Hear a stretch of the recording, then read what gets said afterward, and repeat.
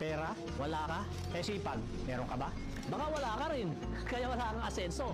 Gusto mong yumaman pero lagi kang reklamo. Paano ka ba magkakapera kung tamad ka namang kumilos? Ang tagumpay, hindi yan lumalapit sa mga nakahilata. Kung gusto mong umasenso, galaw-galaw din pag may time. Hindi sapat ang panalangin lang. Samahan mo ng gawa. Dahil walang yumayaman sa puro pangarap lang. Lagi mong sinasabi, wala kang pera at ang hirap ng buhay. Pero kung titignan mo, ano ba ginagawa mo araw-araw?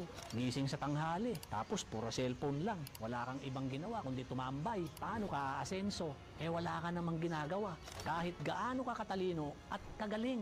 Kung tamad ka, wala kang mararating. Magtrabaho ka, magsumikap ka, magtiis ka. Dahil ang mundo ng pera, sipag at tiyaga ang puhunan. Kung gusto mong umasenso, simulan mo yan sa mindset mo. Huwag kang umasa sa ayuda o tulong ng ibang tao. Maghanap ka ng extra income. Mag-aral ka at matutong dumiskarte.